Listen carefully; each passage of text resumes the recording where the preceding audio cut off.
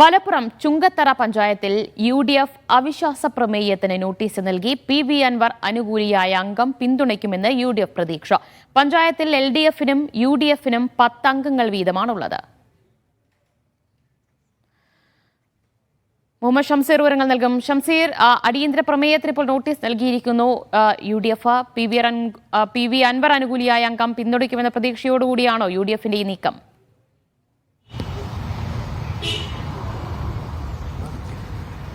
ദിവ്യ, തീർച്ചയായും നിലമ്പൂർ നിയോജക മണ്ഡലത്തിൽ ഉൾപ്പെടുന്ന പഞ്ചായത്താണ് ചുങ്കത്തറ പഞ്ചായത്ത്. ഇവിടെ നിലവിലെ കക്ഷിനില UDF 10 LDF 10 എന്നുള്ളതാണ്. നിലവിലവിടെ LDF ഭരണസമിതിയാണ് നിലവിലുള്ളത്. ഈ സാഹചര്യത്തിലാണ് ഇപ്പോൾ UDF അവിശ്വാസ പ്രമേയത്തിന് നോട്ടീസ് നൽകിയിരിക്കുന്നത്. പി.വി. അൻവറിനെ അനുകൂലിക്കുന്ന ഒരു അംഗത്തിൻ്റെ പിന്തുണയാണ് UDF പ്രതീക്ഷിക്കുന്നത്. നമുക്ക് നേരത്തെ അറിയാവുന്ന പോലെ തന്നെ വയനാട് പനമരം പഞ്ചായത്ത് പി.വി. അൻവറിൻ്റെ പിന്തുണയോടുകൂടി LDFിൽ നിന്ന് UDF പിടിച്ചെടുക്കുന്ന കാഴ്ചകൾ നമ്മൾ കണ്ടതാണ്. മാത്രമല്ല UDFിൻ്റെ വേദിയിൽ നിലമ്പൂരിൽ വെച്ച് തന്നെ പി.വി. അൻവർ അന്ന് പറഞ്ഞത്, വി ഡി സതീശൻ ഉൾപ്പെടെയുള്ള വേദിയിൽ വെച്ച് പറഞ്ഞത്, ചില സമ്മാനങ്ങൾ കൂടി ഈ പരിസരത്ത് നിന്ന് UDFിലേക്ക് വരാനുണ്ട് എന്നുള്ള കാര്യം കൂടി പി.വി. അൻവർ പറഞ്ഞിരുന്നു.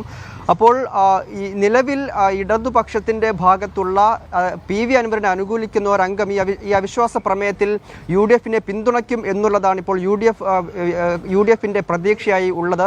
2 ആഴ്ചക്കുള്ളിൽ തന്നെ അവിശ്വാസ പ്രമേയം ചർച്ചയ്ക്കെടുക്കാനാണ് സാധ്യതയുള്ളത്. ഭരണമാറ്റം ഉണ്ടാകുമെന്ന പ്രതീക്ഷയിൽ തന്നെ UDF കഴിയുകയാണ്. ഈ ചുങ്കത്തറ പഞ്ചായത്തിന് മറ്റൊരു ചരിത്രം കൂടിയുണ്ട്. നേരത്തെ ഈ കഴിഞ്ഞ തെരഞ്ഞെടുപ്പിൽ 10-10 എന്ന കക്ഷിനില വന്നതനുസരിച്ച് അവിടെ നറുക്കെടുപ്പിലൂടെ UDF ഭരണസമിതി വരുന്നു.